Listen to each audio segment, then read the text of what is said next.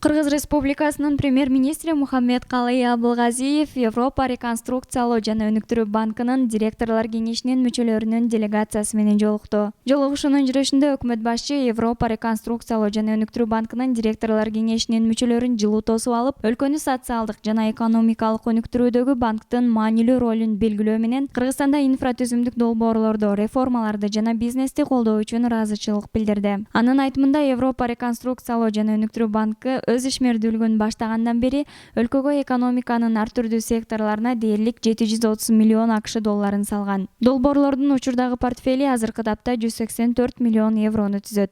Активдүү портфелдик 71 долбоор бар. Анын ичинен энергетикалык сектор 5%, финансы институттары 24%, жана өнөр жай жана соода жана агрардык тармак 18%. Ошол эле учурда жеке сектордун үлүшү дээрлик 53%.